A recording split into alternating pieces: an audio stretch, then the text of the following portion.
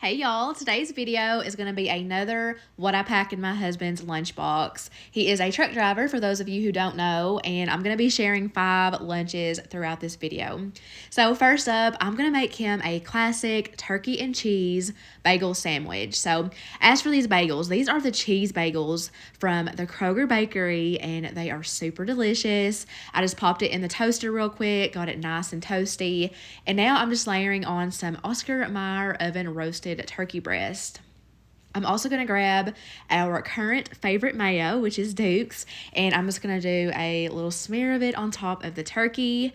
I'm also going to do a little bit of mustard here in a second. That is his condiments of choice on a sandwich, mine too, and I'm doing it this way so that the sauce doesn't touch the bagel too much, making it soggy. I do typically make these the night before now, so that's just why I do that. I also added a slice of sharp cheddar cheese, and that's it. Extremely simple, but it's something that he really enjoys, and it's just, a tad bit different than your typical sandwich. And I'm going to be storing it in this little box that I got from Walmart. We've had this for quite a while now, and it's just really handy. It's perfect for him. It's perfect for the kids to take to school. So I put the bagel sandwich in the bigger compartment, and that will close. And then in the little divided section, I'm doing a few slices of homegrown tomatoes from my dad's garden. I season those with a little bit of salt, and I'm also going to give him a Clausen pickle. That brand is superior. We absolutely love those. And that is his little sandwich setup. So when he goes to eat this, he can put the tomatoes on there himself, again, to prevent it from getting soggy, and then have a pickle on the side. I'm also going to pair it with these sour cream and onion ruffled potato chips. I am going to get those transferred on over to a Ziploc bag.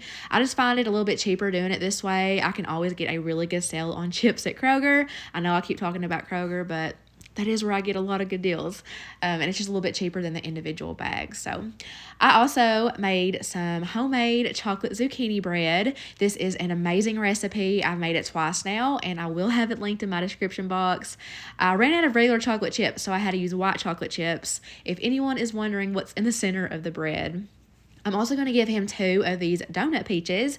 This was my first time buying these. I thought they were super cute, and they are really juicy and really good. This is what the packaging looks like, and I actually filmed this clip back in the earlier months of summer, so I feel like this is a very summery lunch, even though obviously you can do it year round, but after this clip, everything is more up to date. I pulled back out the trusty water jug that he has had for years. Again, got that from Walmart, and it will be filled with water each day. This is the only time I'm going to talk about it. And he also has a bag of different water flavor mixes in his truck if he needs it. And I'm also going to throw in a Diet Mountain Dew.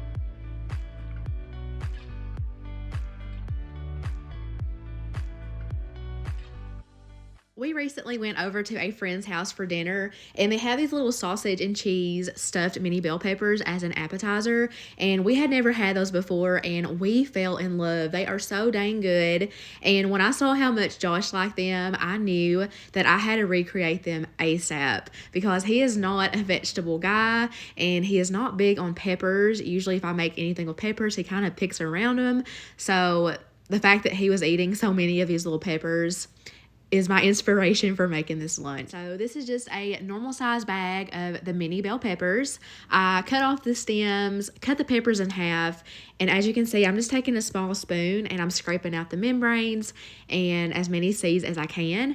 I threw all of those in my strainer, and I gave those a really good rinse. That will also help get off all the random seeds that are kind of hard to get off on your own.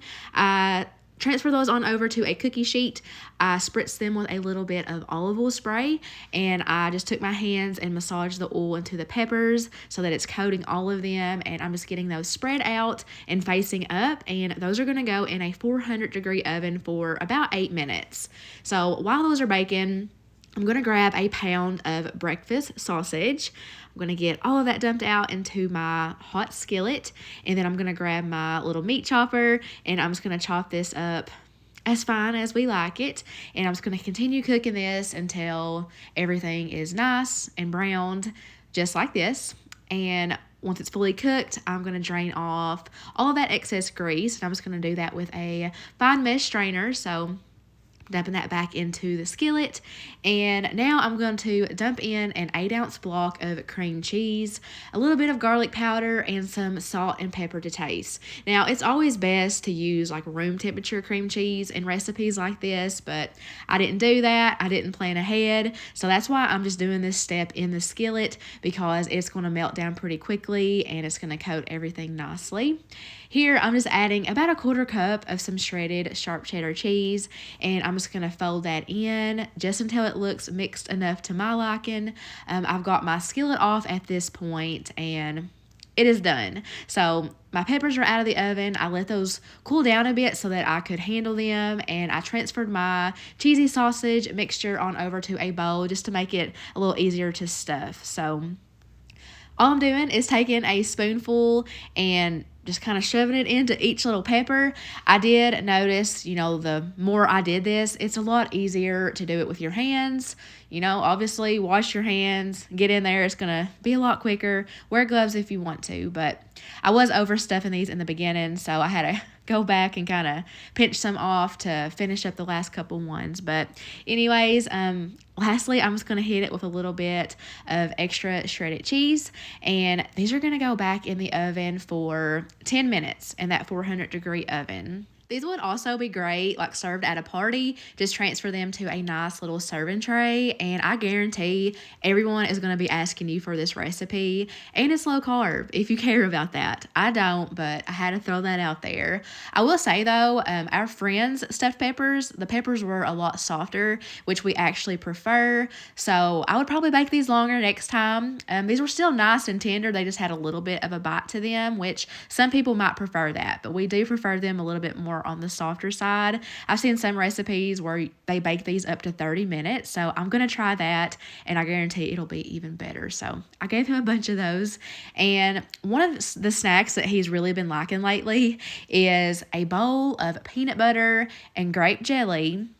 And he mixes it together, and he takes Ritz crackers and dips it up. And I've tried it with him, and it is really good. Like, it's a really addictive snack. So he was one happy dude to have that at work. So there's his little bowl of peanut butter and grape jelly. I will, of course, include a spoon so he can stir it together when he is ready to eat it.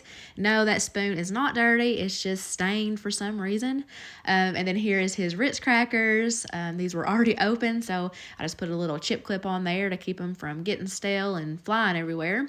I'm also going to include 2 bananas, since I think that goes super good with peanut butter and Ritz crackers.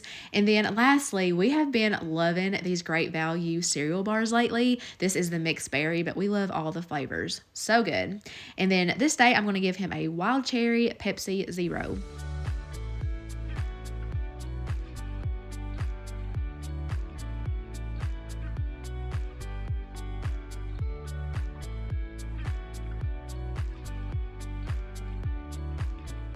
On this particular day, I had some leftover white rice in my refrigerator, and I knew that I wanted to base his lunch around it. So I'm going to be using that to make up some quick fried rice. And down the road at my local Dollar General, I found this little bag of Tyson popcorn chicken. So I'm going to pair that with this Panda Express orange chicken sauce that I've had in my pantry for a bit. I've been wanting to try it anyways. So let's go ahead and make up the fried rice. Now, this isn't the authentic way by any means. This is just, like I said, the quick version. So I heated up some olive oil, a little bit too much to be honest, but doesn't really matter that much. I dumped in all of that cold rice, and if you have never made fried rice before, it turns out so much better when you use really cold, even a day or two old rice. The best way I can explain it is it doesn't get mushy, and it like fries each grain individually. This was completely unseasoned, so I did season it with some garlic and onion powder, salt, and pepper. And I made a little well in the center, and I'm cracking in 2 eggs. We love us a good egg fried rice, and typically I usually scramble it in the middle by itself first and then incorporate the rice once the eggs are fully cooked. Didn't even fool with that this night. Just started stirring everything together, and those eggs were cooked in probably less than a minute. So very quick. Now I'm going to grab my bottle of low sodium soy sauce, and I'm going to add a good amount. This is what's going to give it that really good flavor. And that is it for my quick egg fried rice. So I'm going to add all of that to these little new meal prep containers that I got at Kroger. I found these on clearance, and I know they're very simple, but I was excited about them. I think they're cute. So got all that rice down in the bottom, and then I cooked up that whole bag of chicken since it wasn't very big. I cooked it in the oven. You can also cook it in the air fryer if you wanted to. And I'm going to drizzle on a good amount of that orange chicken sauce. And I'm just going with my spoon, getting it all tossed together really well. And then you guessed it, I'm going to dump that all over the top of that fried rice. Now, I think that this looks really good for how easy it was. And I did have to take a little taste test off the camera. And y'all, it is super good. Like, I could most definitely see myself making this for a quick dinner one night. And I have a lot of that sauce left over, so I'll probably do it really soon because that was good. And Josh really liked it too. So I will include a fork, and he does have a Hot Logic lunchbox to heat that up in his truck. If you don't know what that is, I'll link it in my description box. I also cut him some strawberries, wash them well. I turned about half of those right side up because I saw this hack a while back where if you take this magic shell, like chocolate sauce, and drizzle it over strawberries, it's supposed to be like a shortcut version of chocolate covered strawberries. But this was kind of a fail for me. That looks pretty ugly, but it didn't set up. I don't know why. It was a new bottle, never opened, wasn't expired, but he enjoyed it nonetheless. I also made some homemade chocolate chip cookies on this day. I made like 90 cookies this night for a friend's son's birthday party. So I gave a few to Josh, and I gave a few to the kids, and it's always a favorite, always a hit. So good. So I just put those in a little snack size Ziploc bag. And that was it food wise. I'm also going to include a Mountain Dew Zero with his water.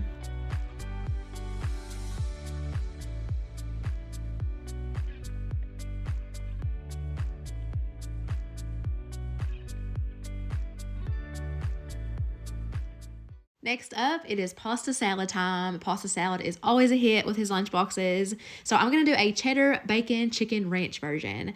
So I started by making some homemade ranch. I did have some rotini pasta cooking in the background. I did half a box. For the ranch, I do a cup of Duke's mayo. I used to do regular 2% milk as the liquid, but I have learned that we prefer it with a cup of buttermilk instead. And then I've got my Hidden Valley ranch seasoning mix. So I need 3 tablespoons of that, which is about exactly what I had left. So I just finished off that bottle, and I'm taking my whisk and I'm going to mix it together really well, and I'm going to let that sit in the refrigerator. The longer it sits, the better it tastes. So by this point, my pasta was done. So I drained it off and rinsed it with cold water to keep everything separated. I got it dumped into my mixing bowl, and I did cook and crumble up some bacon. I just did a big batch because I'm going to use the rest for something else.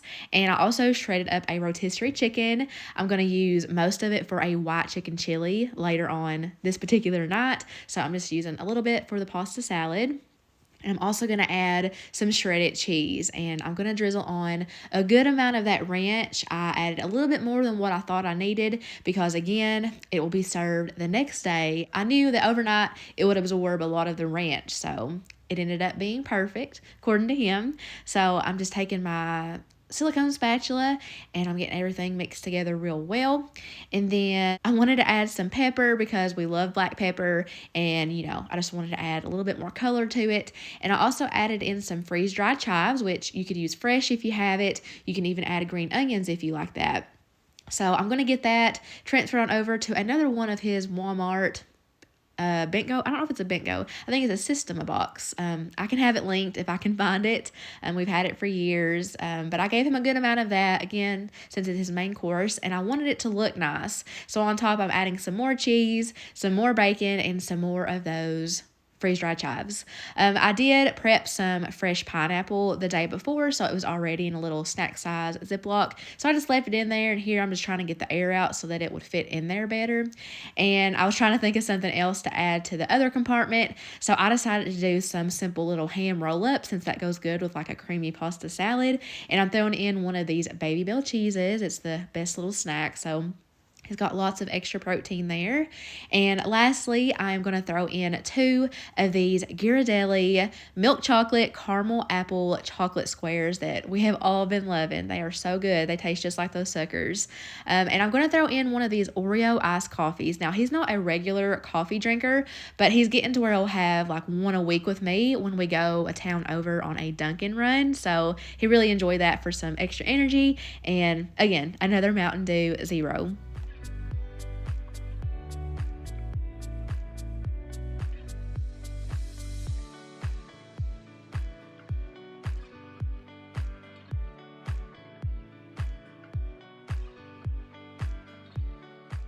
This last lunch could definitely raise some eyebrows, but you just have to trust me. This is me cleaning out my fridge, and I don't like to let things go to waste if possible. So those hamburger patties was from a cookout a few weeks ago. I cooked those on the Blackstone, and I froze the leftovers, so I thawed that out. I have a leftover baked potato that my dad sent us home with from when he grilled out, and then I've had this great value version of Velveeta cheese in my fridge for too long. I wanted to get rid of it. So it was like less than half of a block. So I want to give a little backstory on my inspiration for this. So when I was younger, like probably early middle school, one of my friends' moms used to make a cheeseburger and French fry casserole all the time when I would come over to spend the night, and it was one of my favorite things. So that's kind of what was running through my mind with what I had on hand. So even though it's not exactly like that, it's kind of similar. So I threw in 5 of those hamburger patties to my hot skillet, chopped it up with my meat chopper. I promise you wouldn't even know they were ever hamburger patties. I added some Worcestershire sauce to kind of rehydrate it and give it extra flavor. These were already well seasoned, so all I did was some onion powder. And here I am just getting all that mixed together good, getting it heated through well. And then I had just a little bit of this dill relish left over. It was just taking up space. And I knew it would be good in here because obviously it goes good with the cheeseburger flavor. And it reminds me of a recipe I've made for dinner before, some cheeseburger egg rolls, and it has some chopped pickles in it with Velveeta and ground beef, and it turned out super good. So I wasn't worried at all. And I just cubed up what cheese I had left, threw it in the skillet, and I also added in just a little bit of half and half to kind of thin out the cheese sauce so it's not like super, super thick. So just took a few minutes to melt that cheese down, and that's all I'm going to do to the meat. So I know that it does not look appetizing, but I gave it a taste and it was super delicious, super flavorful. So I'm going to get that transferred on over to a greased little bowl. These are the ones I use for his lunchbox all the time, but mine does say that it is oven safe. So I felt comfortable doing that. So I just stuffed it with the meat, and now I am going to take that baked potato. It's super cold, and I'm just going in with my knife, and I'm just going to chop it into little bite-sized pieces. Now, like I said, the one from my childhood had like frozen French fries that you would bake on top. You could totally do that. But yeah, I was just wanting to use up this baked potato. And looking back now, I wish that I made like a quick garlic butter and then tossed all of the potatoes in that and then topped it on the meat. That would make it even better.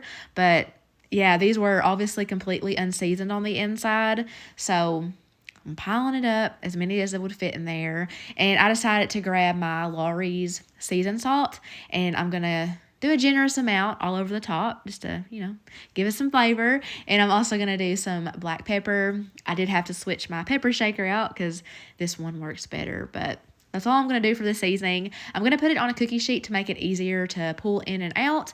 And I baked it at 350 for 20 minutes. So here it is after the 20 minutes. I'm going to top it with some shredded cheese, and I'm going to pop that back in the oven for a final 5 minutes just to melt the cheese. Lastly, I just hit it with some dried parsley just to give it some color, and that was it. He's got his very own little mini cheeseburger and potato casserole. Of course, I gave it a little taste test, and I thought it was really good, and he thought it was really good, so really, that's all that matters.